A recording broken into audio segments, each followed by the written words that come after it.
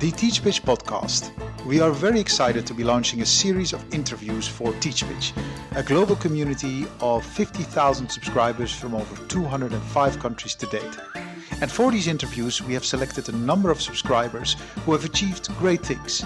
And by great, I mean amazing. Think of former presidents, entrepreneurs, people who've built hospitals, huge non-profit organizations, successful journalists, doctors, etc. And what all our guests have in common is that despite their great success, they've encountered many enormous challenges.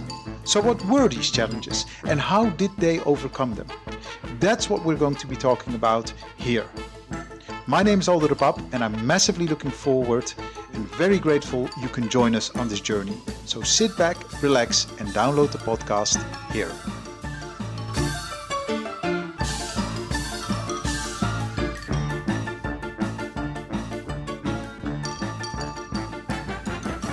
You call me an activist and I say, yeah, that belongs with me. But I'm not an activist for activist's sake, and you will not see me standing on the barricade to challenge the status quo. And yet in all my work, I challenge the status quo. Again, it's not about me. It's really what I do, what I observe, and I just bring it that other organizations say they have these missions too. Yeah. We've got to work together for that mission. In this interview, I speak to my guest about why she feels education is in dire need of a radical rethink, a passionate plea to create genuine equality between child and teacher, stepping away from tests and exams and aiming to achieve measurable progress through the process of shared learning. Enjoy this interview with Her Royal Highness Princess Laurentien of the Netherlands. This podcast is brought to you by Mindstone, a platform that lets you build courses curated from the best online content, helping your students learn faster and remember more. Check out mindstone.com and find out how you can get started. We're so happy to be partnering with Hee Ha Ho, an interactive video platform that enables teachers and students to easily create amazing clickable videos for learning. Check out heehaho.com. That's HIHAHO.com for more information and your free starter account. A big thank you to our friends at Zeus Maths Challenger, the only puzzle that effectively boosts your numeracy, critical thinking, and brain power. Go to CZeusPuzzles.com, that is spelled CZEUS puzzles.com to get your brain buzzing. We are so excited to be working with the team Learning Ladders, the only platform that provides assessment that goes way beyond tracking to effectively support teaching and learning for EYFS, primary, and secondary settings. Go to learningladders.info to find out more.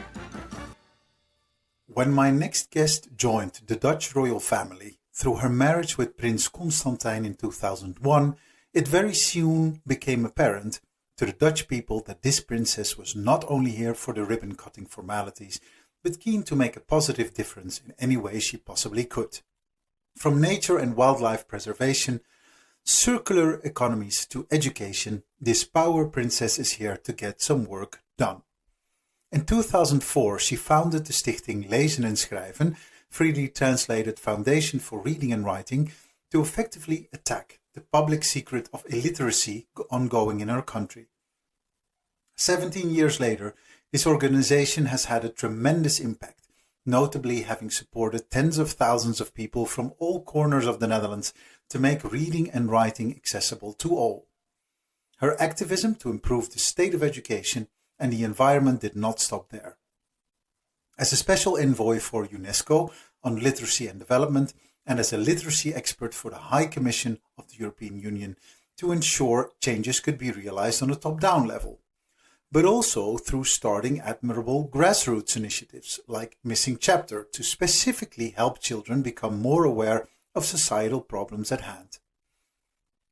There are simply too many accolades, chairships and patronages to mention, so I won't go through all of them, but very worthy of looking at are the series of books Princess Laurentien has written to increase a child's understanding on sustainability and the environment around the character Mr. Finney, as well as her fairy tale writing skills that she deployed with other renowned Dutch children's book writers.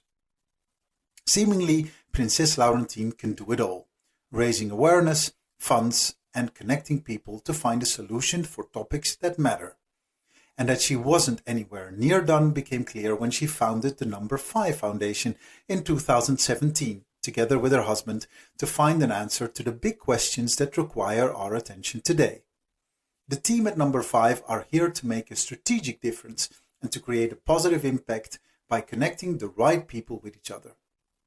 They've already worked on many assignments, but one project that caught my attention was the creation of an alliance on digital inclusion involving key players from both the private as well as the public world to better understand all the changes that come along as we develop further into this digital era.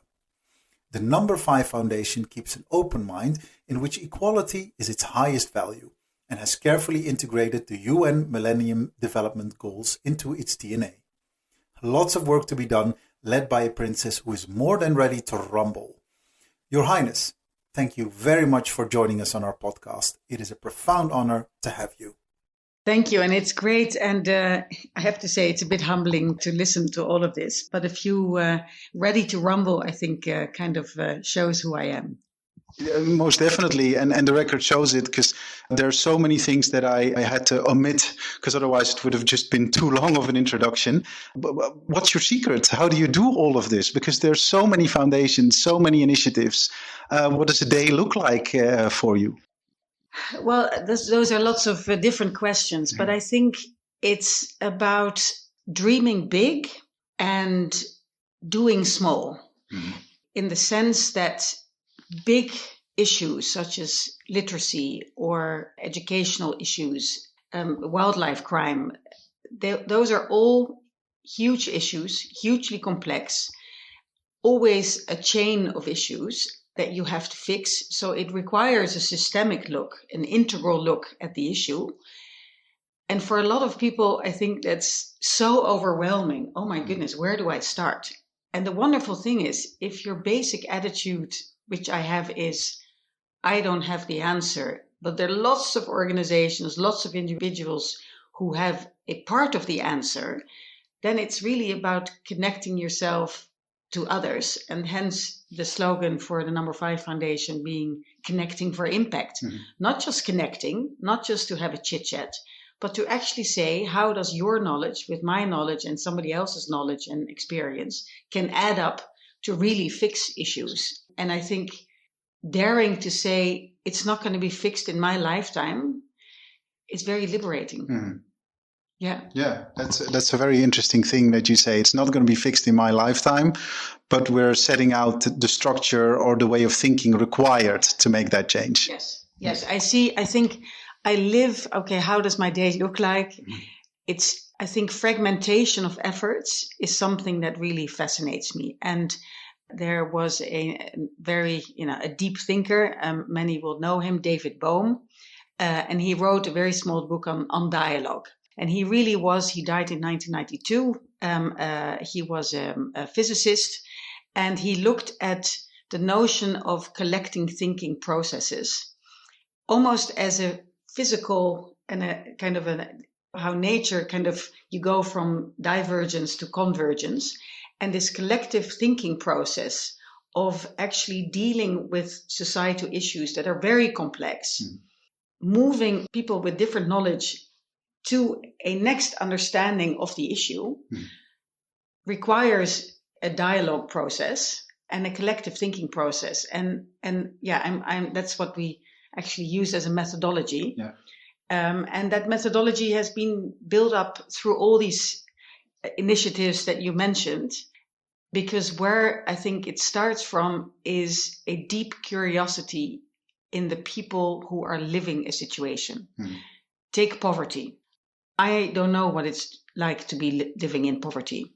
Or illiteracy. I don't know what it is like not to be able to read and write. So the first people I always go to, and who are always involved in all of these processes as equal partners in the conversation, are the people who are living that situation. But traditionally, it's always the top that kind of decides for the masses. And I don't believe that is the wise thing to do. And David Bohm, in his very sort of scientific plea for why dialogue is the way to go through this collective thinking process. But it requires that every perspective is equal. Yeah. And hence, my deep belief in that, because we've had some successes that by sort of turning the truth upside down, literacy is not, for a learned person, literacy is a lack of skills. So what do?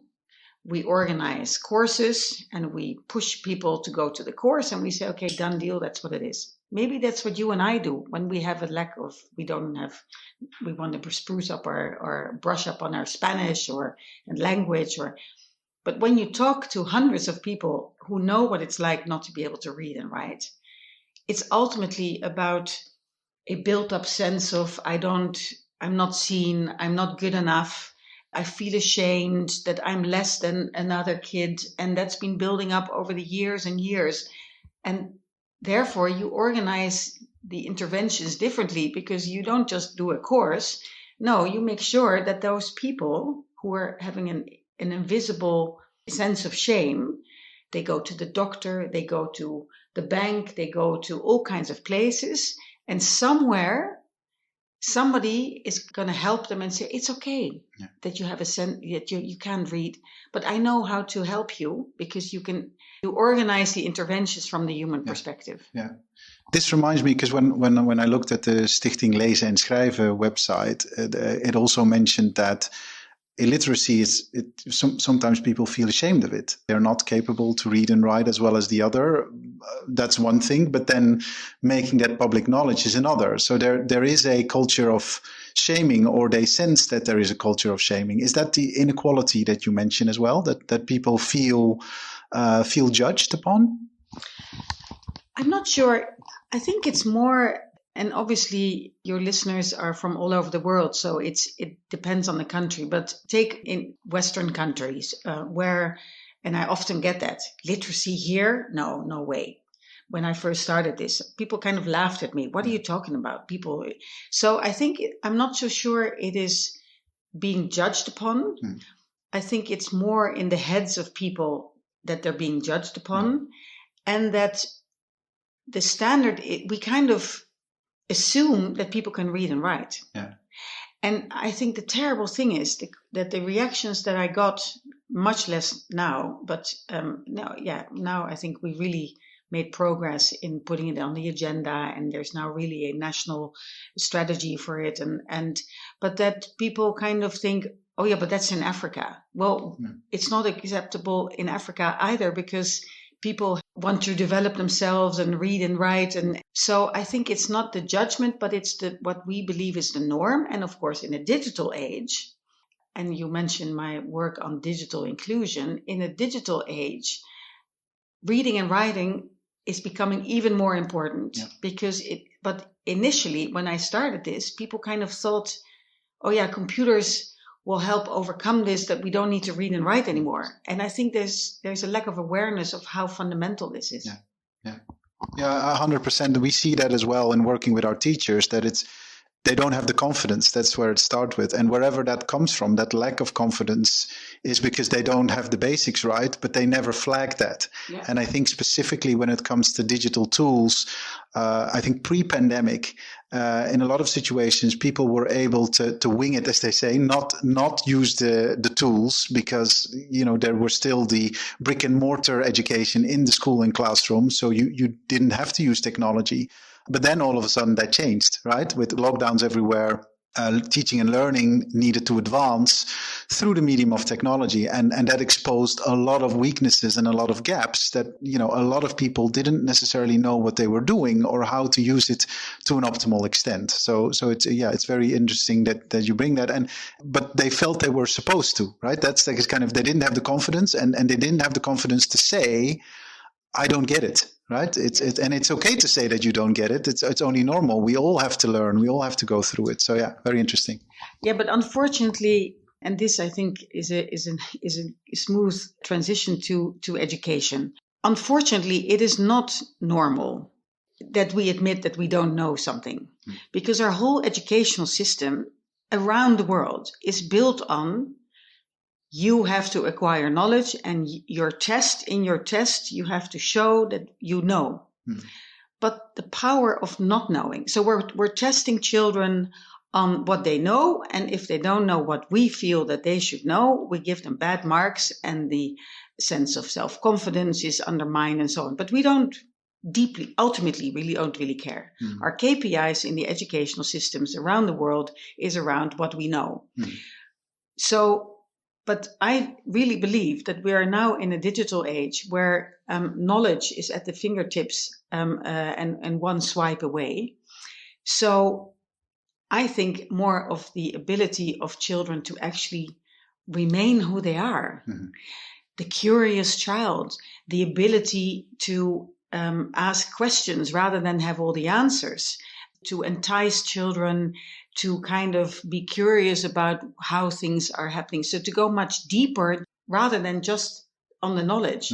But our whole society is based on, I'm testing you, what you know and what you don't know. Yeah. And hence, my radical rethink that I hope will happen in the education. And I think that as long as we don't change our view on children, we say we're doing radical changes in the education, but we're not.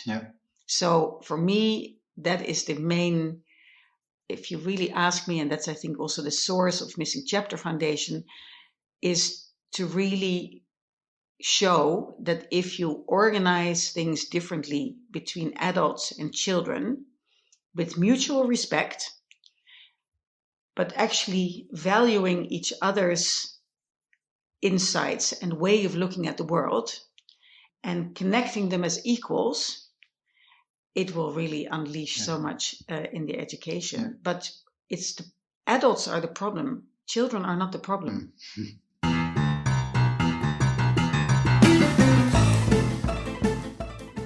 There's a lot in there that I want to unravel because this podcast program is about challenges, and you've been looking at education and literacy for so long. We want to talk about challenges that you encountered, and I think we just started. The tip of the iceberg is that equality between children and adults. So I definitely want to talk about cases on how we can bring that closer together, because I think that we all should stay focused on that. Before I do that, I first want to make kind of because we just started into the interview, but I just wanted to say that this is the first live interview that we do. So I'm here in your offices here in the Netherlands, so that's really great, and it's the first live interview that I've been doing since starting the podcast program.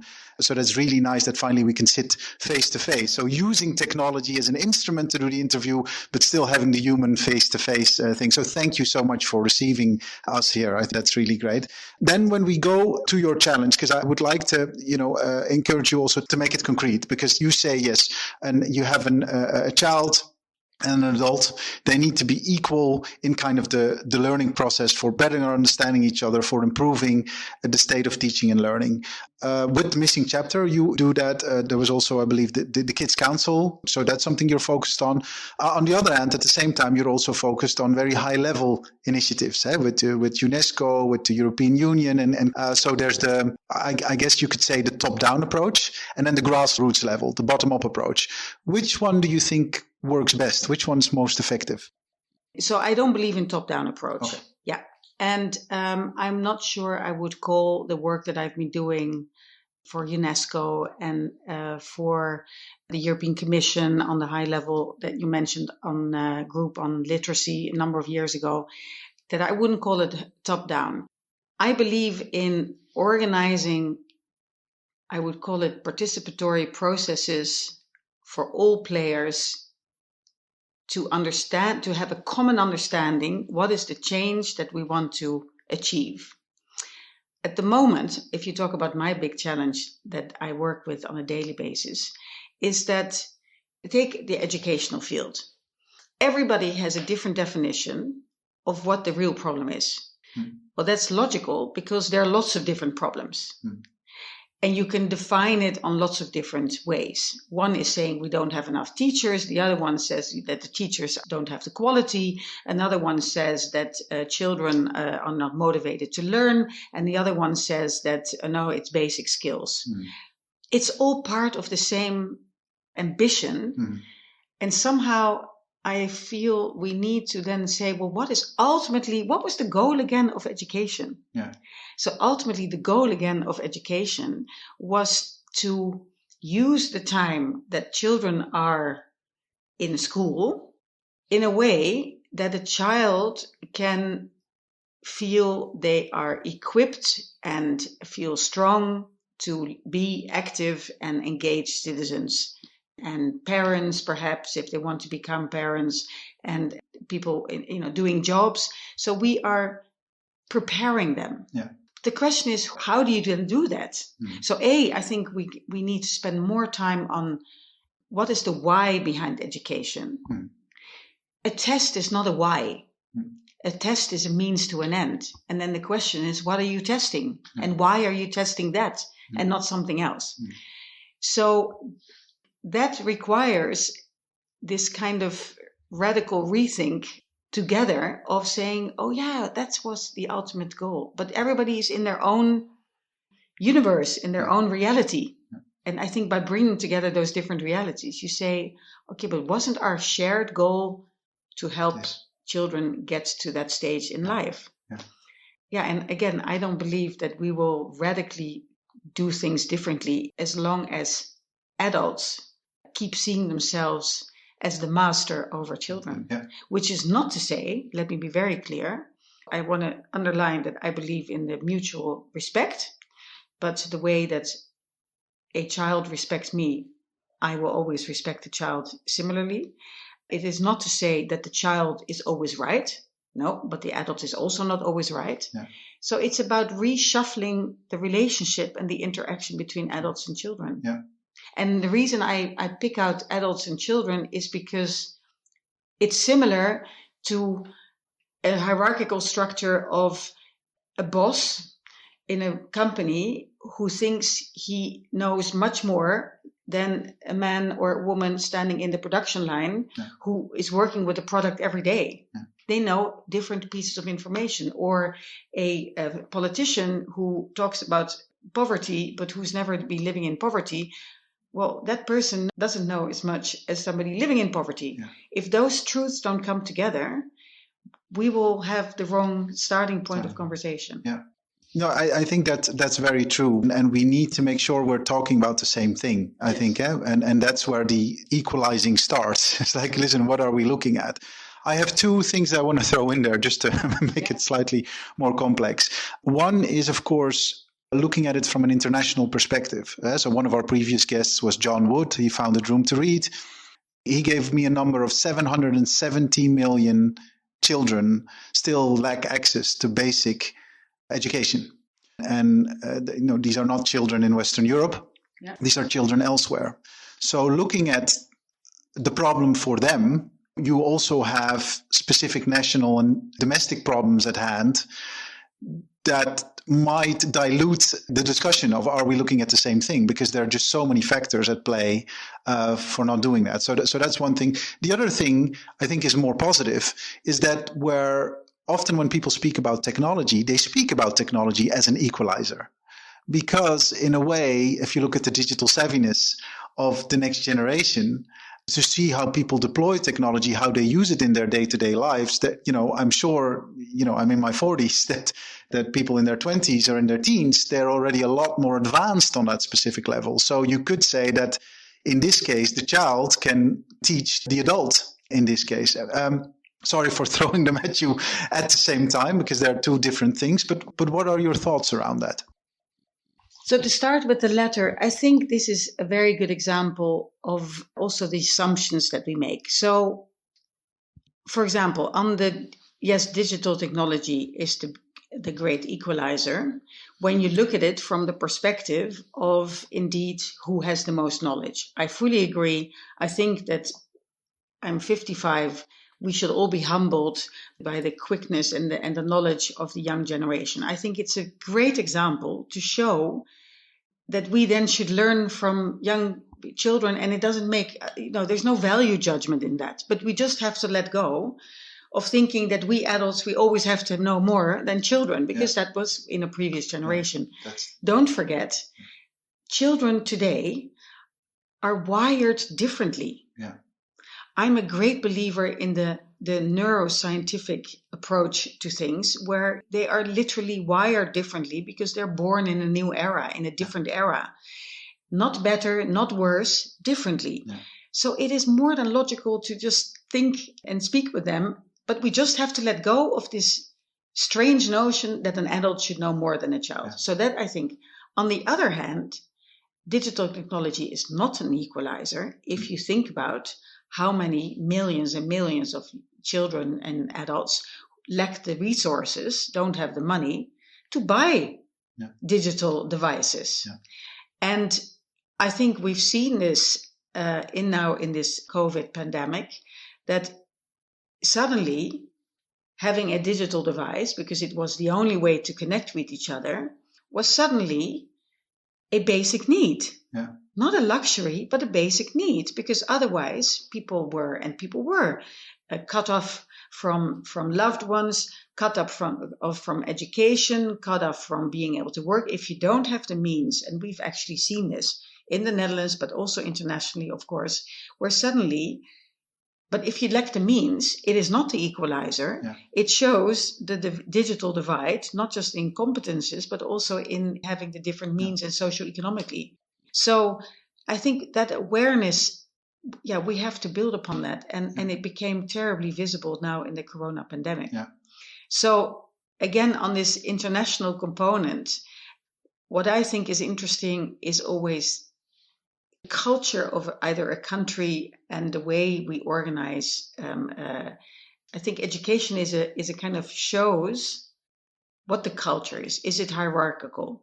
Is it that, for example, in education, a child shouldn't speak until it's spoken to and invited? And I know that there's lots of cultures where this is what's happening. And so I think an awareness of the different cultures is incredibly important and makes it more complex. And at the same time, I think there's some universal values and issues that go for all countries. Yeah. And I think it is about the interaction between people, the interaction between adult and child, the room a child gets to develop and be curious, or is it slammed down because they don't fit in the way we've designed the system and so on. And that is very universal. No, I think you're very right. They often say is they basically present the use case of how they resolved a local problem, but there are lots of wisdom in there if you basically make more abstract what was gained from there. So you present that local solution to kind of another country, and yes, you can then identify together, okay, well, we're different on this level, but we're the same on that level. And then you can take the things that worked and implement it, maybe slightly different, but still it leads to a solution step by step, right? So there is something definitely something that advocates for continuous dialogue on that level, and not to be fearful to say, well, this is a solution that works nationally, but if you were to implement that elsewhere, there could still be good things that would overflow to the other country, maybe slightly in a different format, but that's okay, right? It's still a solution. Yeah, and because I'm always learning, I'm always in learning mode. So what I find fascinating in having worked over all these years so internationally is that you're always, I think it is what you're probably trying to say is, when you are looking for lessons learned that are slightly deeper than what you visibly see. So I'm interested in this hierarchical culture, and when do people feel the freedom to speak out and when aren't they, and so on. It makes it more visible that in a certain country, in certain culture, that may be more visible. Yeah.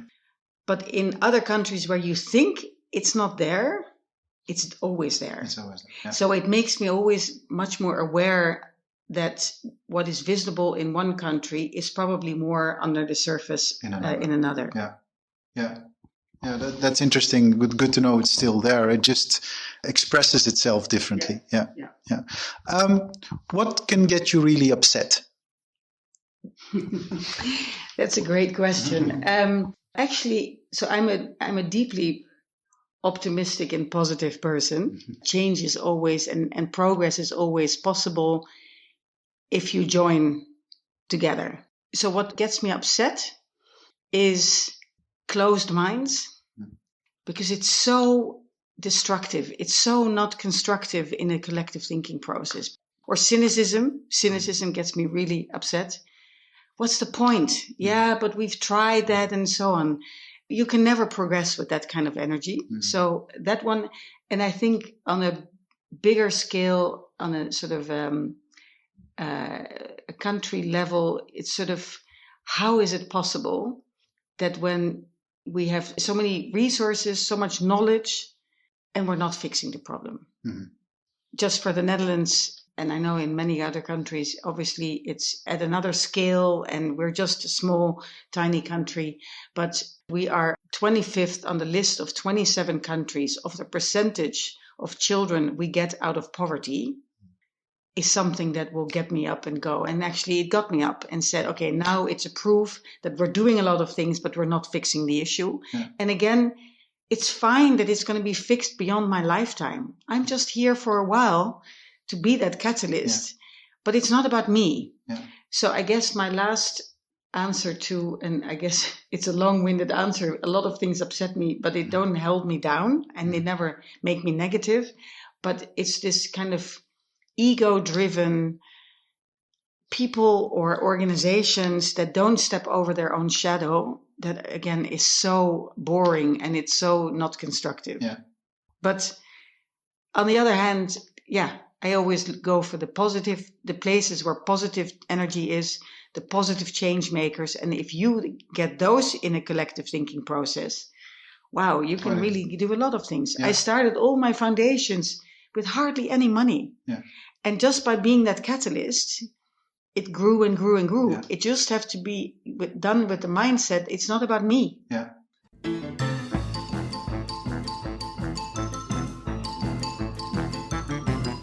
I'm curious, what do you do when you find out you're working with either a partner or a person that, as you say, doesn't have the right energy, but you thought beforehand that they did? Is that a difficult process, or is that something that then fades out naturally? The fact that you don't see eye to eye on a certain issue, I won't waste my energy in trying to change that person or organization. I respect that. Okay, fine, you're different. But again, if it doesn't help on a shared mission, well, then maybe for a while you kind of say, okay, fine, we're on a different path. It's okay. Let's be relaxed about that.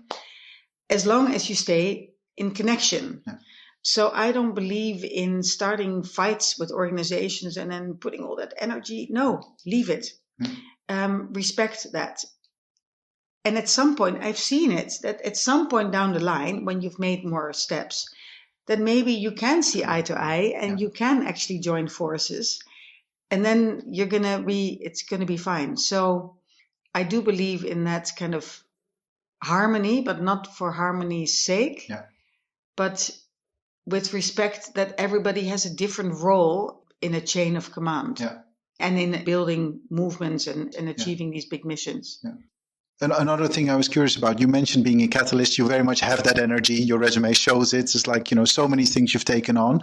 And it looks like a lot of things come natural to you and you kind of want to dive deeper and go further. But because of your position, have you ever felt limited? Has there ever been a case that said, well, you can't go that far, you need to stop here? Has that ever been the case for you? Well, obviously, that's always in the background. You call me an activist and I say, yeah, that belongs with me. But I'm not an activist for activist's sake, and you will not see me standing on the barricade to challenge the status quo. And yet in all my work, I challenge the status quo. Again, it's not about me. It's really what I do, what I observe, and I just bring it that other organizations say they have these missions too. But if you have a lot of fragmented missions that are more or less the same, it's ineffective and inefficient. But actually, if you bring those missions together and say, always for me, with the system, so working with ministries and with politicians and saying, we've got to work together for that mission.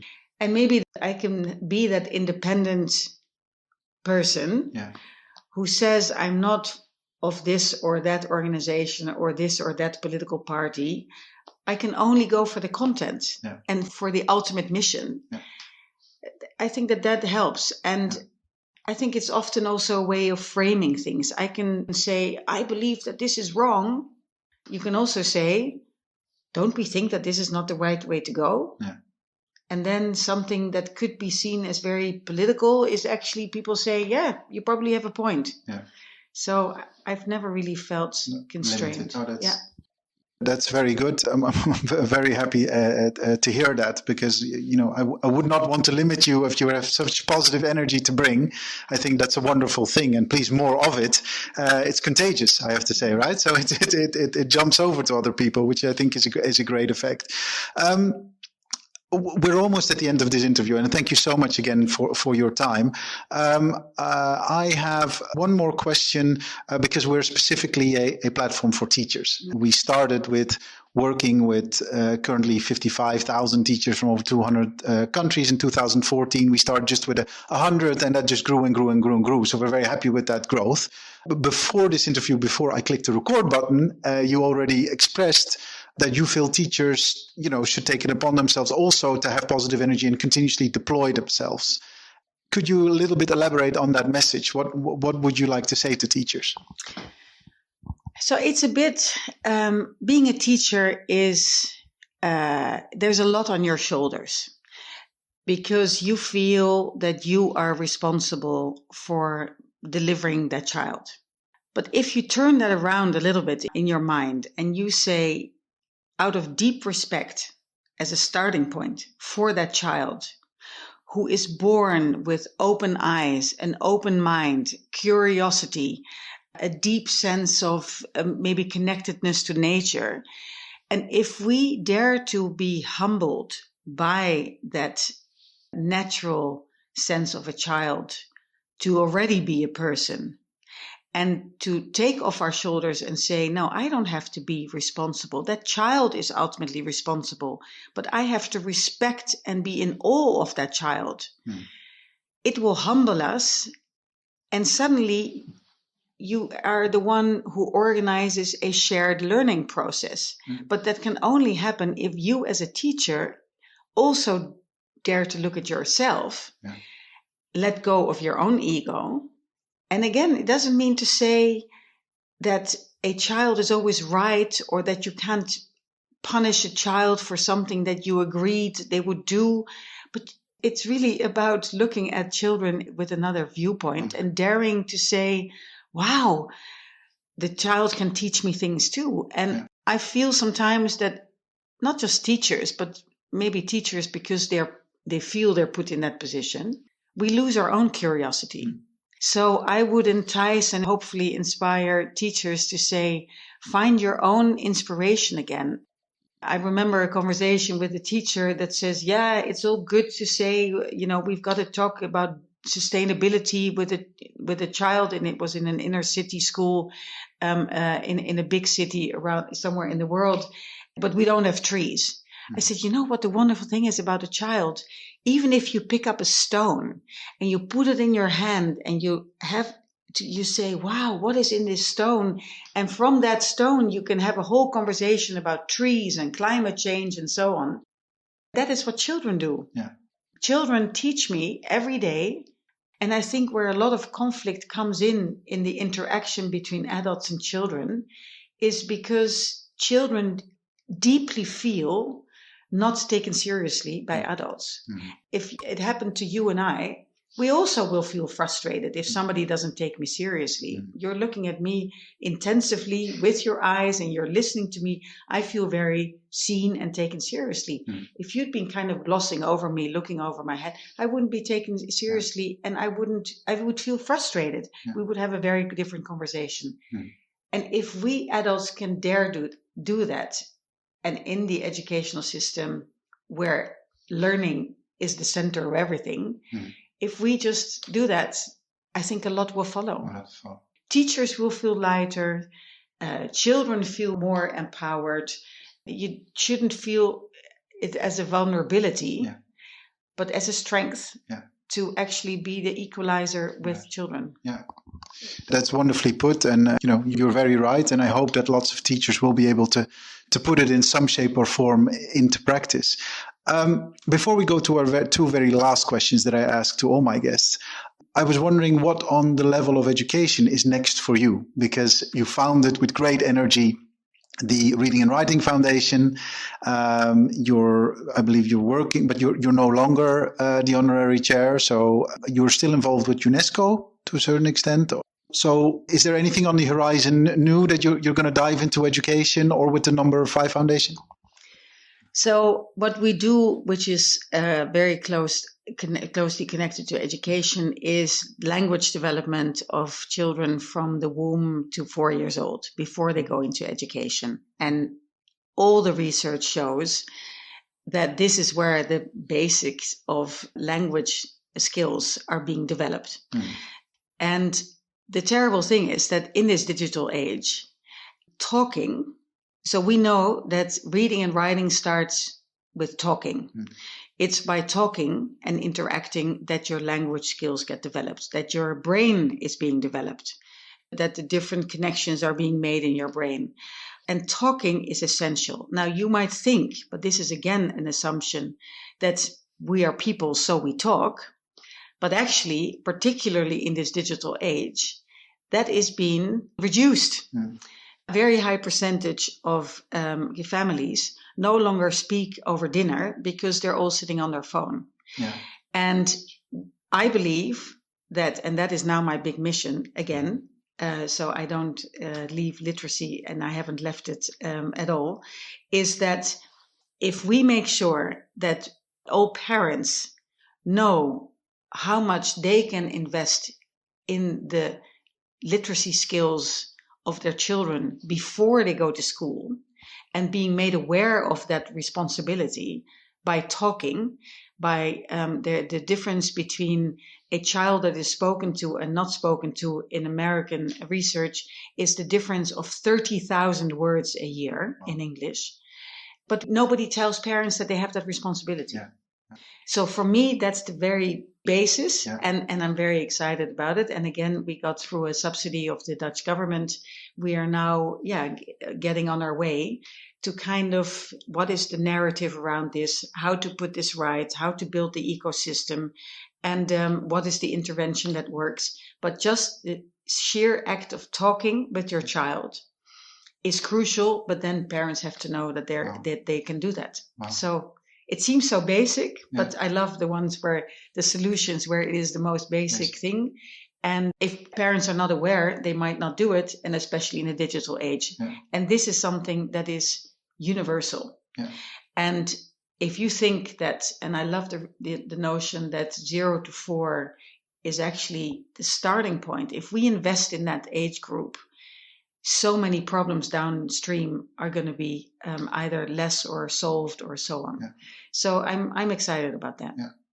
I can imagine. And this is with the Number 5 Foundation? Okay, with the Number 5 Foundation. So you can check out the website, which we will include in our show notes, so people can educate themselves a little bit more on all the things that you've said. And 30,000 words, that's mind-numbing. My goodness, I had no idea that that's such a significant difference.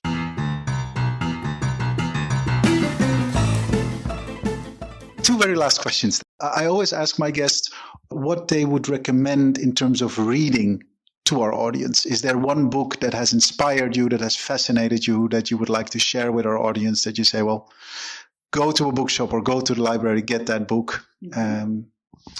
Any suggestions? I have lots of different suggestions, and I will keep it to 2 if I may. That's okay. One is Building the Bridge as You Walk on It, is for me, has been an inspiration about setting a big mission and then going for it, and the kind of personal qualities that you need to develop in order to achieve that. And the second one is this book by David Bohm, B-O-H-M, called On Dialogue, and it's really the underpinning of this collective thinking process. Nice. No, we'll definitely include those in our show notes. Those sound like very good recommendations. And then the very last question. Now let's change roles. In that sense, you have a podcast program. And you were, of course, very high on my list to interview. So mission achieved on that. Thank you very much. But who would be your guest? You can choose anyone. Who would be my guest? Yeah. Give me a topic. Let's stay with education. I'd love to have a podcast whereby it's a dialogue between children and teachers that I can facilitate, because that's what I do. Okay. That's what I do best, I think. That's what I love most, because I'm the one who listens and connects insights.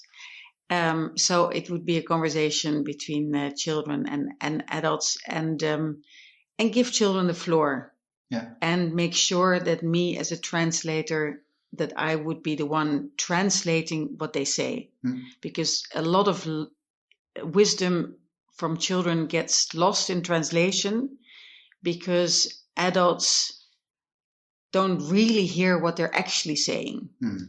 So I feel sometimes that I'm the translator between those worlds. Yeah. Well, careful what you wish for, because we could set this up for you to get this podcast going. But I think it's very admirable and very beautiful you gave this answer, and very in line with what you've said before of trying to be that equalizer and building those bridges for children and adults to understand each other, so that far beyond our lifetime, teaching and learning is accessible to all, no longer an impediment, and we can all grow together. Princess Laurentien, thank you very, very much for joining our podcast. It was an honor to have you. I would like to say so. I have a 2-year-old daughter, and she aspires to be a princess. And I hope you will forgive me, but my wife and I, we try to carefully show her other career paths because she has the Disney princess image in front of her. But when I know that there are princesses like you out there who are fighting to make a difference, as you say, bottom up, trying to change this world for the better, then we might reconsider to look into the princess career paths, among others. But it's been a great honor, and thank you very much once again for receiving me here. Princess Laurentien, thank you very much. Thank you, and perhaps tell your 2-year-old daughter that she can only be one person, and the best version is to be herself. So beautiful. Thank you very much.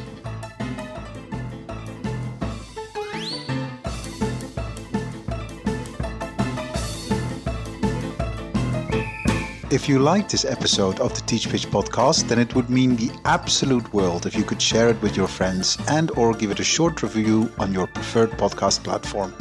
The more you share your ideas about these interviews, the more people will find out about them. So do let us know what you think. We'd be very, very grateful. Special thanks to Kevin MacLeod for our beautiful theme music, Le Grand Chase. This podcast was produced and edited by Natalie Piles. Project coordination by Inva Cheney.